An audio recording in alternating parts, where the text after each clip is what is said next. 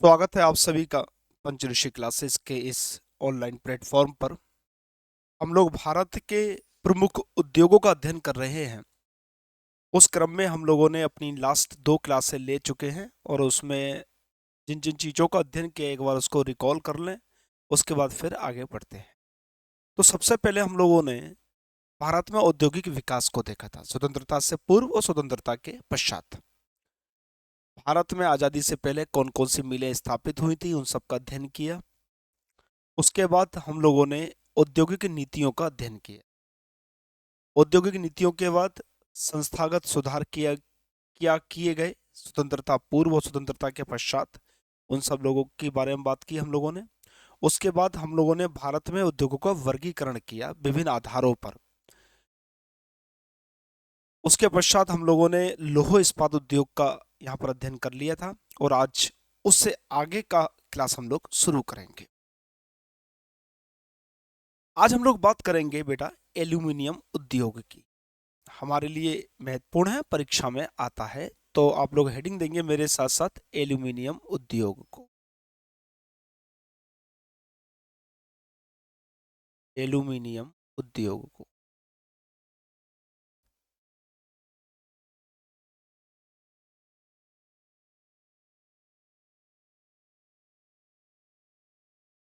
Aluminium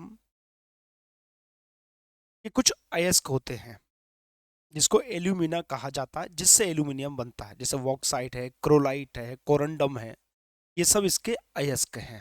अगर हम अयस्क की बात करें, अयस्क की बात करते हैं अगर हम, तो ये इसके अयस्क हैं वॉक्साइट,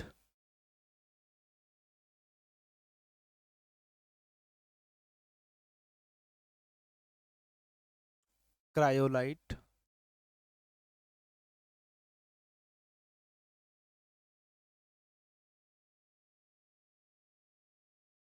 कोरंडम,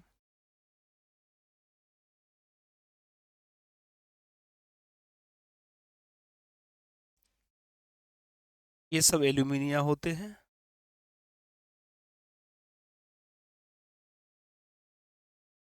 और इससे बनता है आपका एल्यूमिनियम।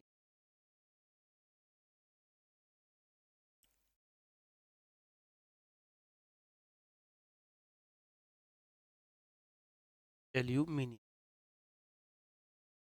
अगर हम लोग कहें कि जो हमारी अर्थ क्रस्ट है, भूपर्पटी है, उसमें सर्वाधिक मात्रा में कौन सी धातु पाई जाती है, तो वो है एल्यूमिनियम। क्रस्ट की बात कर रहे हैं। अगर संपूर्ण पृथ्वी की बात की जाए तो सर्वाधिक पाई जाने वाली धातु है लोहा।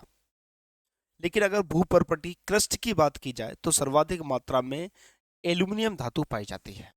तो हम लोग लिखेंगे इस बात को, भूपर्पटी, भूपर्पटी इसको कहा जाता है अर्थ क्रस्ट। ऊपरी भाग जो होता है अर्थ का, अर्थ क्रस्ट में सर्वाधिक मात्रा में,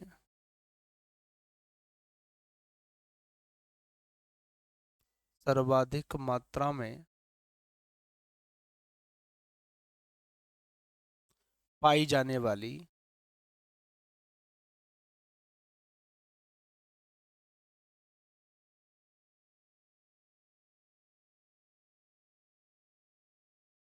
धातु एल्यूमिनियम है।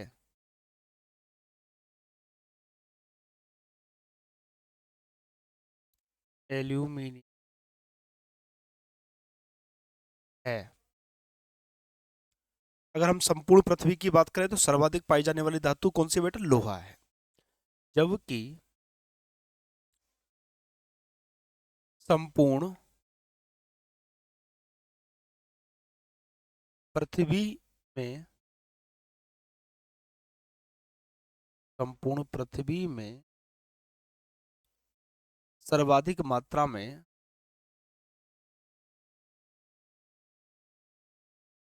संपूर्ण पृथ्वी में सर्वाधिक मात्रा में पाई जाने वाली धातु पाई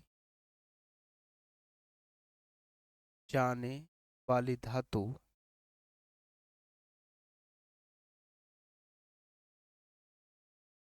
क्या है? लोहा है। सर्वाधिक पाई जाने वाली धातु लोहा है। ठीक है बेटा।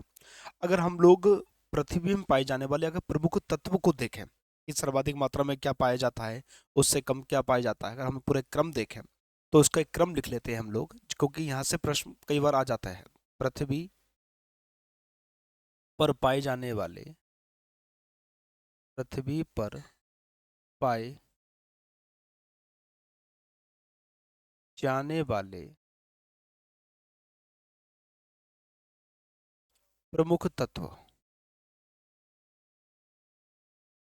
पाए जाने वाले, हम लोग प्रमुख तत्व की बात करें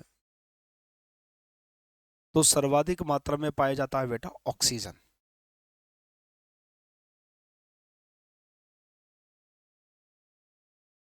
ऑक्सीजन, ऑक्सीजन से कम सिलिका,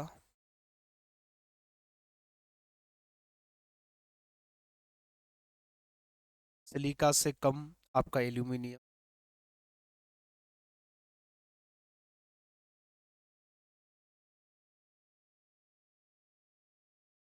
एल्यूमिनियम से कम आपका आयरन, और आयरन से कम कैल्शियम।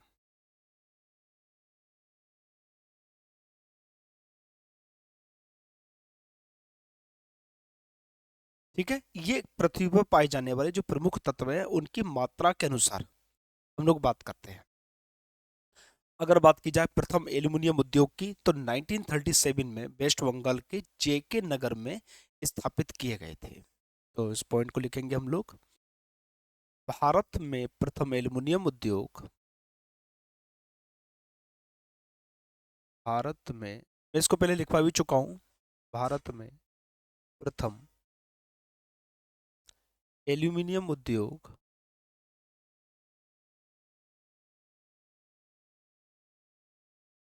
प्रथम एल्यूमिनियम उद्योग 1937 में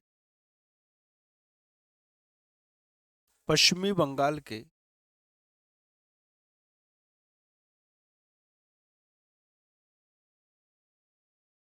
जेके नगर,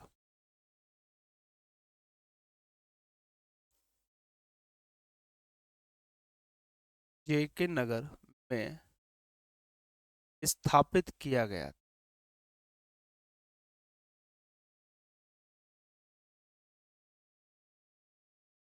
स्थापित किया गया था।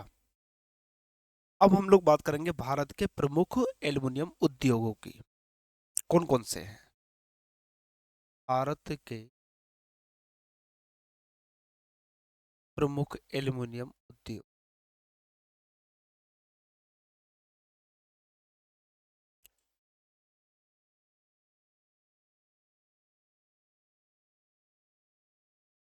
भारत के प्रथम प्रमुख एल्युमिनियम उद्योगों की बात करते हैं।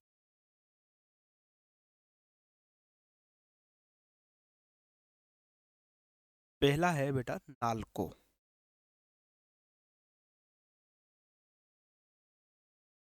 नालको, इसकी फुल फॉर्म का नेशनल एल्यूमिनियम कंपनी। अगर हम लोग लिखें इसकी फुल फॉर्म तो national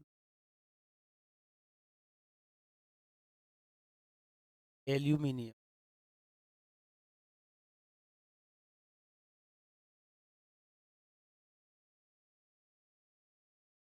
national aluminium company, NALCO. कहाँ पर है ये? उड़ीसा में है, दामन जोड़ी नामक स्थान पर। 1981 में स्थापित किया गया। कहाँ पर? दामन जोड़ी, उड़ीसा में।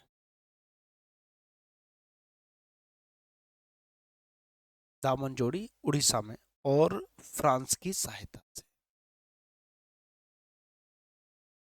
फ्रांस की सहायता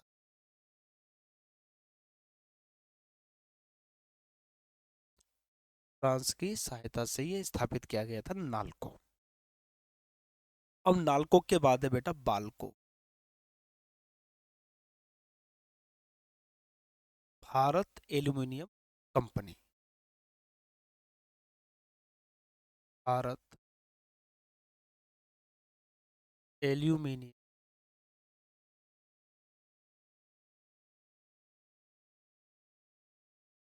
कंपनी। भारत एल्यूमिनियम कंपनी कहाँ पर है? ये कंपनी 1965 में स्थापित की गई थी। कोरबा छत्तीसगढ़ में, महाराष्ट्र में भी इसकी शाखा है, और रूस की सहायता से ये स्थापित की गई थी।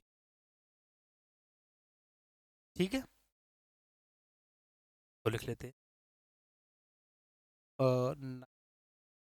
65 में कोरबा छत्तीसगढ़।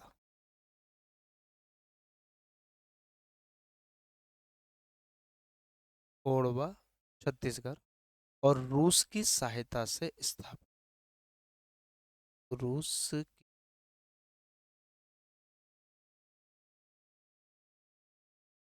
सहायता से। ठीक है, उसके बाद आती है बेटा Hindalco. Dalco Hindustan aluminium company.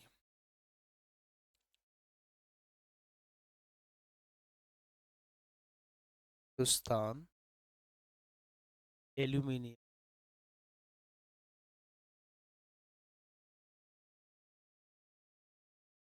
Hindustan aluminium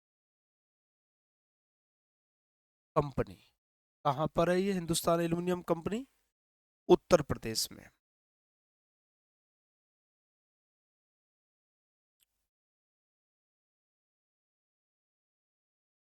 डाल्को के बाद आता है बेटा MALCO.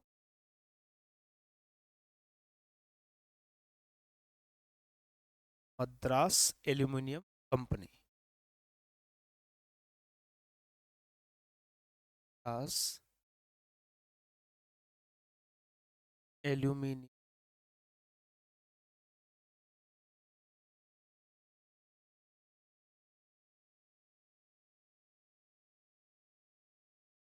Company. Madras aluminium company कहाँ कहाँ पर है ये? ये है आपका चेन्नई में, सेलम में, मेटूर में। ठीक है, और इटली की सहयोग से ये स्थापित किया गया। तो कहाँ कहाँ पर है अगर हम लोग उसकी बात करें तो चेन्नई, सेलम, सब तमिलनाडु में है ये, सेलम और Mettur.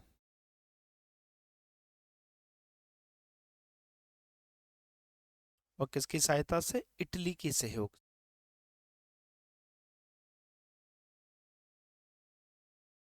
Italy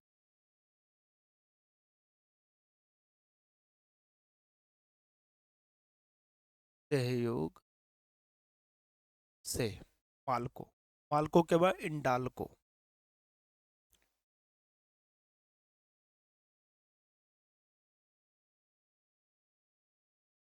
Indal Indian aluminium company.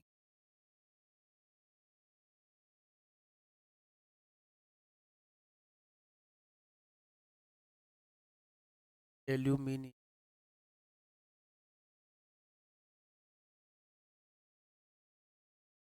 Aluminium company कहाँ कहाँ पर है ये? यह है वेस्ट बंगाल में जेके नगर, मुरी झारखंड में, अलवाई केरल में। और 1938 में ये स्थापित की गई थी। इसकी स्थापना वर्ष है 1938 में। और इसकी कहाँ कहाँ पर है ये अगर हम लोग बात करें तो जेके नगर,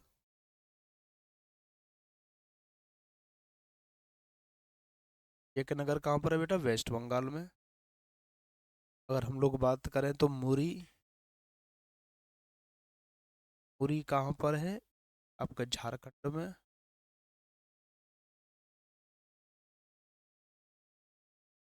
और आपकी अलवाई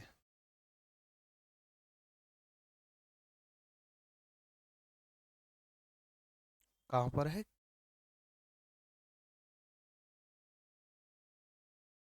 और ये कनाडा के सहयोग से स्थापित की, कनाडा सहयोग से।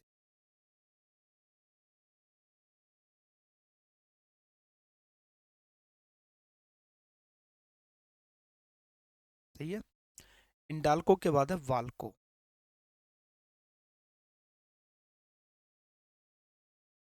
वेदांता एल्यूमिनियम।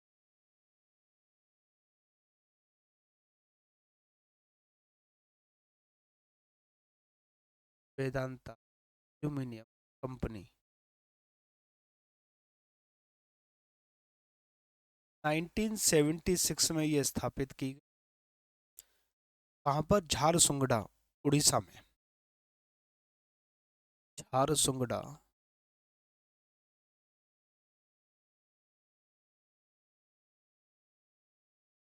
उड़ीसा।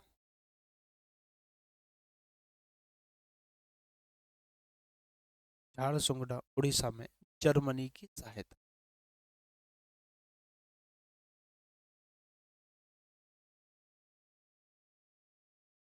जर्मनी सहायता से। ठीक है। जो हिंडाल्को है आपकी, स्पेशल लिखवाया भी है।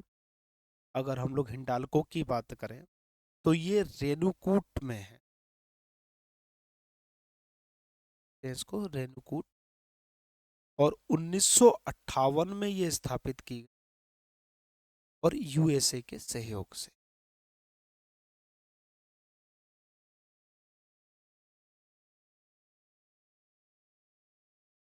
यूएसए के सहयोग से। तो ये पूरे भारत के जो प्रमुख एल्युमिनियम उद्योग हैं, हम लोगों ने उसकी बात कर ली।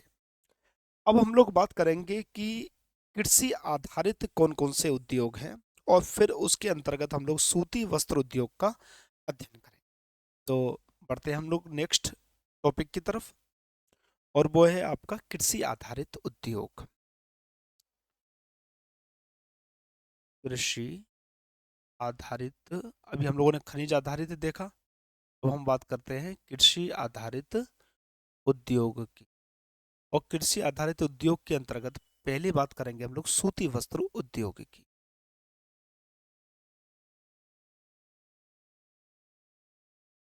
सूती वस्त्र उद्योग की बात करें।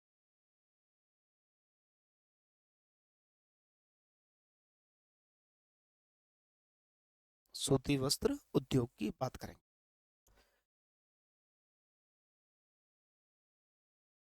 ये जो सूती वस्त्र उद्योग है, ये भारत का दूसरा सर्वाधिक रोजगार प्रदान करने वाला क्षेत्र है।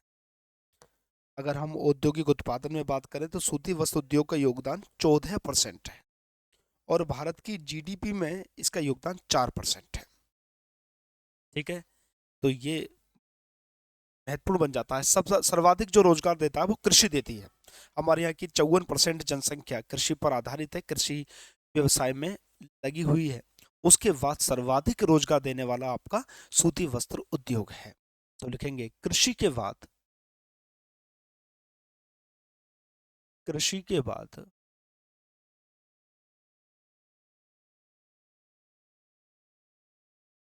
भारत का, भारत का दूसरा सर्वाधिक, दूसरा सर्वाधिक रोजगार प्रदान करने वाला क्षेत्र, रोजगार प्रदान करने वाला क्षेत्र, प्रदान करने वाला क्षेत्र।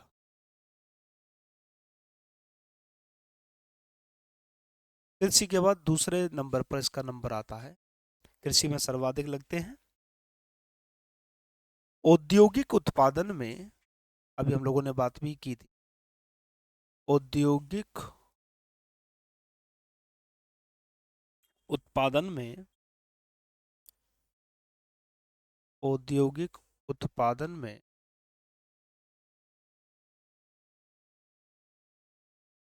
सूती वस्त्र उद्योग का उत्पादन 14% है। सूती वस्त्र उद्योग का, उद्योग का योगदान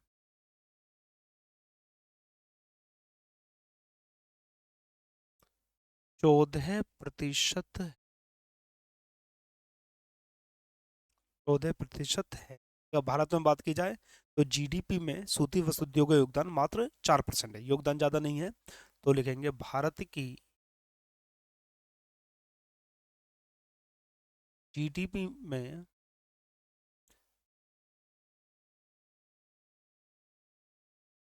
इस उद्योग का योगदान, इस उद्योग का योगदान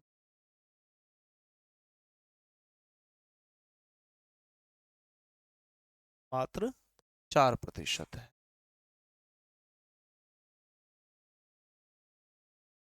4%।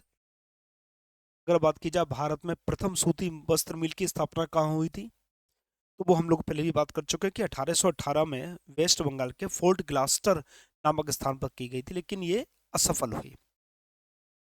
लेकिन बाद उसके बाद 1854 में बम्बई में कवासजी डावर द्वारा स्थापित की गई थी, जो कि एक सफल सूती वस्त्र मिल बनी थी।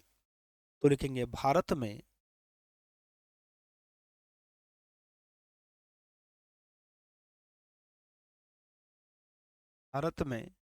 प्रथम प्रथम सूती वस्त्र मिल,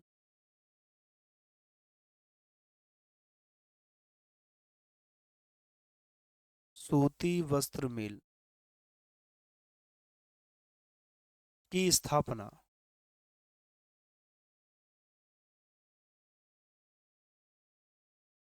सूती वस्त्र मिल की स्थापना 1818 में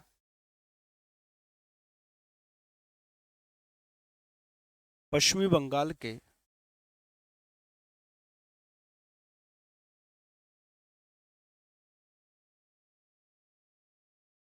पश्चिमी बंगाल के फोर्ट ग्लास्टर,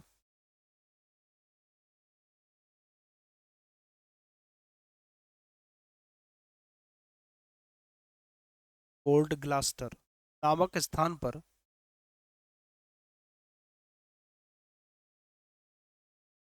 नामक स्थान पर की गई थी, नामक स्थान पर की गई। लेकिन यह असफल हुई,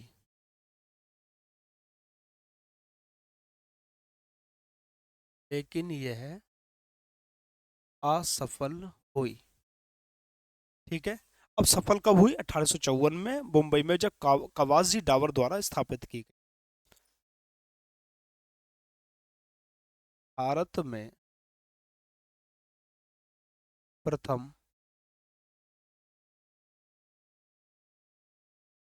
सफल सूती वस्त्र मिल, प्रथम सफल सूती वस्त्र मिल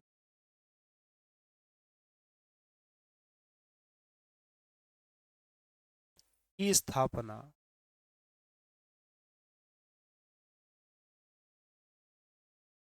1854 में,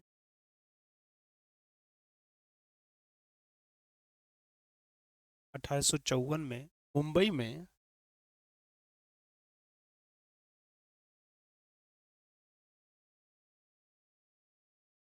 कवासी डावर द्वारा की,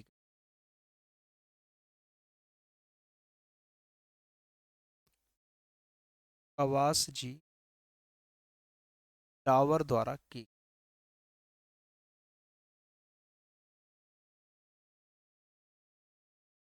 कवासी डावर द्वारा की गई। पहली जो सफल हुई थी वो 1854 में कवासी डावर ने मुंबई में स्थापित की थी। अब हम लोग बात करेंगे कि भारत में सूती वस्त्र उद्योग के प्रमुख केंद्र कौन कौन से हैं, क्योंकि यहाँ से अच्छे प्रश्न आ जाते हैं। तो लिखेंगे भारत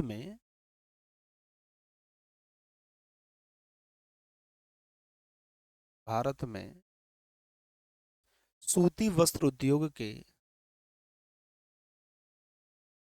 सूती वस्त्र उद्योग के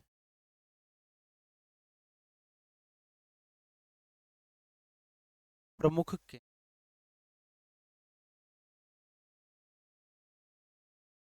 एक मैं मोटा मोटा आपको आइडिया दूं कि भाई सूती वस्त्र उद्योग के लिए कपास की आवश्यकता होगी और कपास से धागा बनता है, और धागा उन्हीं स्थानों पर बन पाता है जहां पर मॉइस्चर होता है, जहां पर नमी होती है। क्योंकि यदि नमी नहीं होगी तो धागा टूट जाएगा और उससे फिर जो वस्त्र बनेंगे वो नहीं बन पाएंगे। इसलिए जितना भी तटीय क्षेत्र है वहां पर आपका इसका ज्यादा काम होता है, चाहे वो महाराष्ट्र का हो, चाहे गुजरात का हो, चाहे तमिलनाडु हो। एक उत्तर प्रदेश का कानपुर ऐसा स्थान है जहां पर आर्टिफिशियल नमी उत्पन्न की जाती है फैक्ट्री के अंदर। ठीक है, तो इसके जो प्रमुख स्थान है वो उनमें महाराष्ट्र की बात कर लेते हैं हम लोग।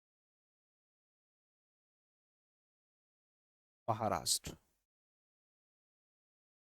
महाराष्ट्र की बात करें, यहाँ पर लगभग 122 कारखाने हैं। तो लिखेंगे यहाँ पर लगभग 122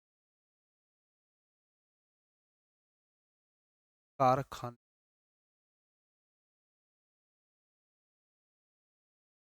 122 कारखाने हैं। अगर हम संपूर्ण के योगदान की बात करें तो 42.2% का योगदान महाराष्ट्र का केला है। तो महाराष्ट्र का सूती वस्त्र उत्पादन में सूती वस्त्र उत्पादन में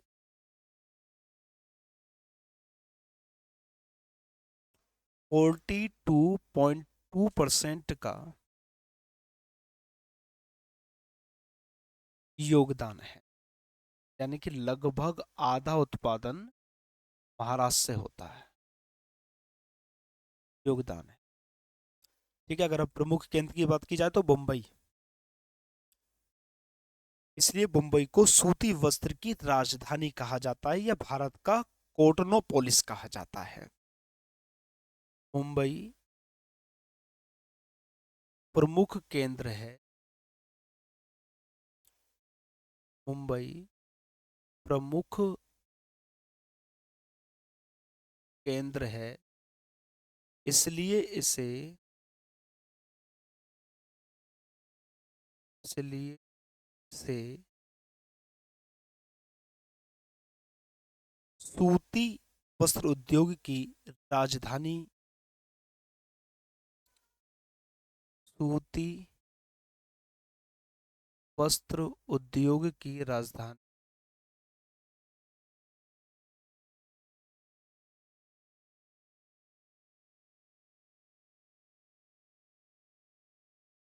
राजधानी या भारत का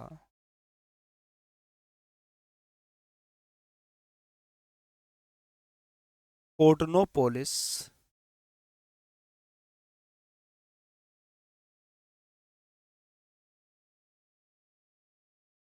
कोटनोपोलिस कहा जाता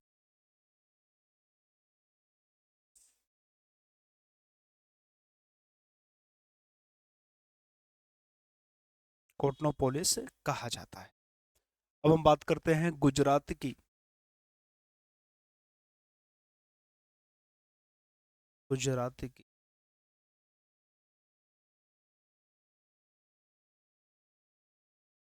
तो यहाँ पर लगभग 120 कारखाने हैं और इसका योगदान 26% है। अगर हम योगदान की बात करें योगदान, तो 26% योगदान आपका गुजरात का होता है। यहाँ पर अहमदाबाद प्रमुख सूती वस्त्र केंद्र है, इसलिए इसे भारत का मैनचेस्टर या पूर्व का बोस्टन कहा जाता है। प्रमुख केंद्र की बात करें हम लोग, प्रमुख केंद्र, तो वो है अहमदाबाद। अहमदाबाद, अहमदाबाद क्या कहा जाता है इसे? भारत का मैनचेस्टर।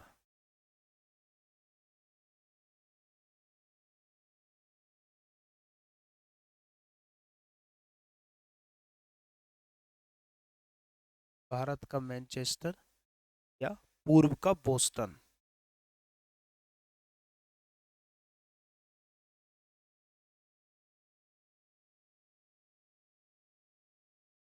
पूर्व का बोस्टन कहा।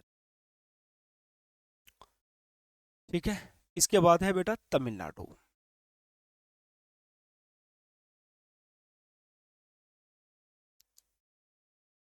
तमिलनाडु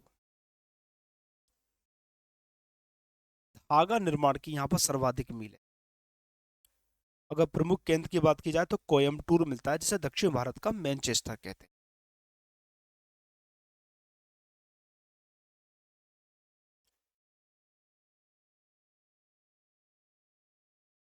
धागा निर्माण की सर्वाधिक मिल है।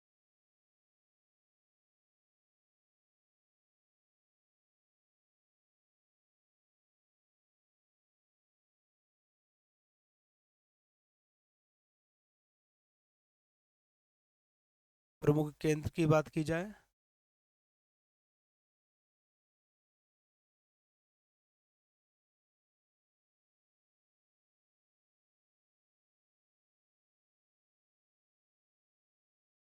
कोयम्बटूर, इसको क्या कहा जाता है? दक्षिण भारत का मैनचेस्टर। दक्षिण भारत का मैनचेस्टर।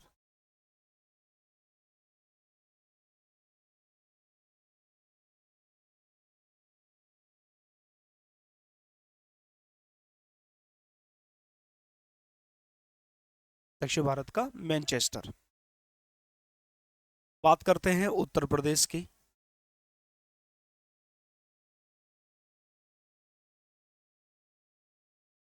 बात करेंगे उत्तर प्रदेश की, तो इसमें यहाँ पर प्रमुख केंद्र है आपका कानपुर। प्रमुख केंद्र है कानपुर। इसको, कानपुर को उत्तर भारत का मैनचेस्टर कहते हैं। उत्तर भारत का मैनचेस्टर। ठीक है, ये प्रश्न देख लीजिए, दक्षिण भारत का मैनचेस्टर और उत्तर भारत का मैनचेस्टर। दक्षिण भारत का मैनचेस्टर कोयम्बटूर को कहा जाता है, और कानपुर को उत्तर भारत का मैनचेस्टर कहा जाता है। ठीक है, अब अगर हम लोग कपास के उत्पादन की बात आए तो चीन का प्रथम स्थान है, भारत का दूसरा स्थान है। ठीक है, भारत क्या करता है? चीन से कपास का आयात करता है। ये बात क्लियर हो गई, तो सबसे सर्वाधिक उत्पादन चीन में, दूसरे नंबर पर भारत आता है। अब हम लोग बात करते हैं हैंडलूम उद्योग की, हैंडलूम पार्क योजना की।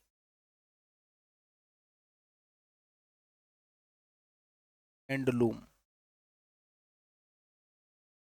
पार्क योजना या हैंडलूम उद्योग की।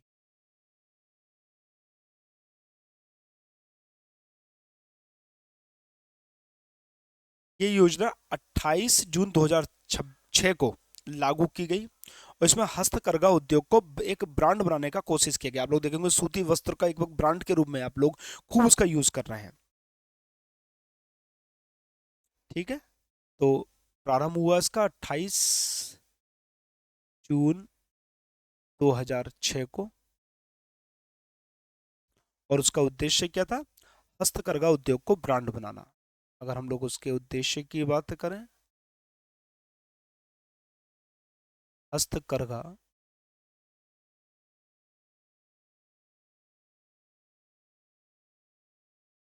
हस्तकरघा उद्योग को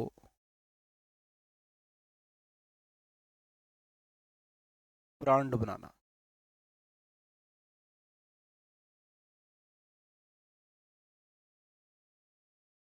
हस्तकरघा उद्योग को ब्रांड बनाना। ऐसे ये कहें national textile corporation, national textile corporation,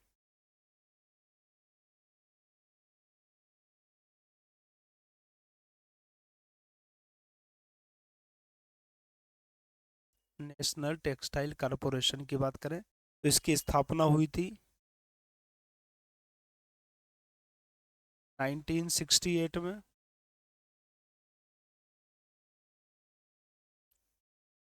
और इसका काम था खस्ता हाल कपड़ा मिलों को संभालना। ठीक है, जो कपड़ा मिलें खस्ता हाल अवस्था में पहुंच गई हैं उसकी स्थापना का, उसको संभालना। अब हम बात करेंगे इसके अलावा जूट उद्योग की, जिसको सुनहरा रेशा कहा जाता है। जूट उद्योग, देखिए जो जूट उद्योग था ये आपका वेस्ट बंगाल और बांग्लादेश वाले क्षेत्रों में अधिक था। बांग्लादेश वाले क्षेत्रों में इसकी खेती होती थी और इसकी मिलें थी वेस्ट बंगाल यानी कि कोलकाता वाले रीजन में। लेकिन देश के विभाजन के बाद उत्पादन और मिलें एक दूसरे के अलग अलग स्थानों में पहुंच गई, इसलिए फिर भारत ने अपने ही क्षेत्र में यानी कि वेस्ट बंगाल वाले क्षेत्र में इसका उत्पादन करना प्रारंभ किया। तो लिखेंगे इससे गोल्डन फाइबर से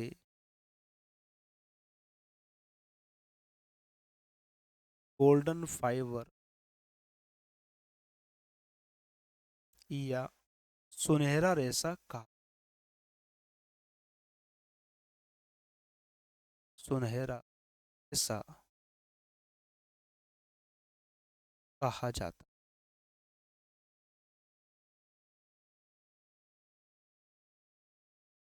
ठीक है, अगर हम लोग प्रथम जूट मिल की बात करें तो हम लोगों ने इसको लिखा भी था प्रारंभ में वेस्ट बंगाल के रिसरा नामक स्थान पर। प्रथम जूट मिल की बात करें तो पश्चिमी बंगाल के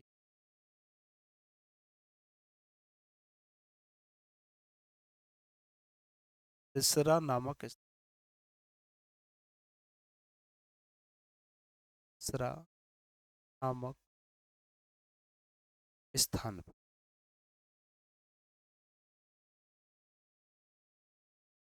रिसरा नामक स्थान पर हुआ था। अगर हम विश्व स्तर पर भारत, अगर जूट सामानों के उत्पादन की बात करें तो प्रथम स्थान पर भारत है और निर्यात में दूसरे स्थान पर है। ठीक है, अगर भारत की बात की जाए तो वेस्ट बंगाल पहले स्थान पर। तो देखिएगा भारत में पश्चिमी बंगाल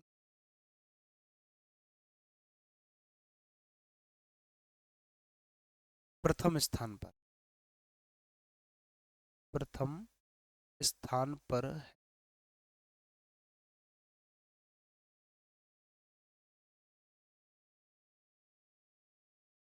प्रथम स्थान पर है भारत।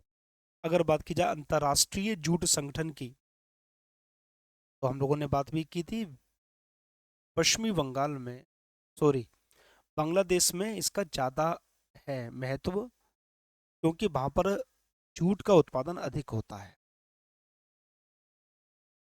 राष्ट्रीय जूट संगठन की हम लोग बात करें तो इसकी स्थापना हुई थी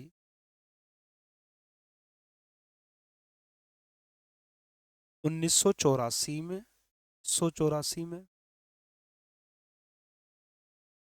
और इसका मुख्यालय की बात करें हम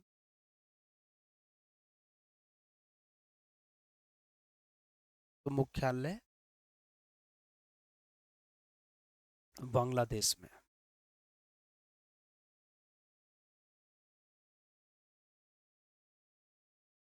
ठीक है, तो इसका मुख्यालय ढाका में है। और अगर भारतीय जूट निगम की बात करें तो इसकी स्थापना 1971 में हुई थी। भारतीय जूट उद्योग की बात करें, भारतीय जूट निगम,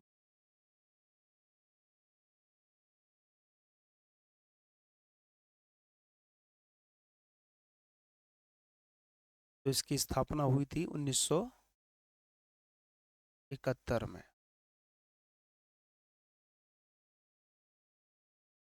इसकी स्थापना हुई थी 1971 में। ठीक है, तो ये हम लोगों ने जूट उद्योग तक की बात कर ली।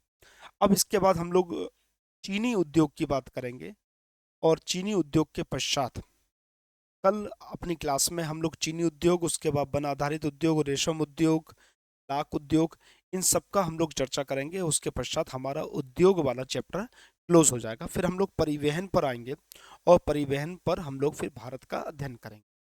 तो ये थोड़ी सी लंबी सीरीज बन रही है, जिसके कारण, क्योंकि हम लोग बहुत अच्छी तरह से नोट्स बनाते हुए चल रहे हैं, जो कि हमारी परीक्षाओं में महत्वपूर्ण बन जाते हैं। हमें परीक्षाओं के लिए ये सारे तथ्य कहीं ना कहीं बहुत ज़रूरी होते हैं। तो आप लोग मेरे साथ साथ नोट्स बनाते रहिएगा, और ये सारे नोट्स आपकी सभी परीक्षाओं के लिए उपयोगी साबित होंगे। तो हम लोग मिलते हैं अपनी नेक्स्ट कक्षा में। तब तक के लिए आप सभी का बहुत बहुत धन्यवाद। मिलते हैं अगली कक्षा में।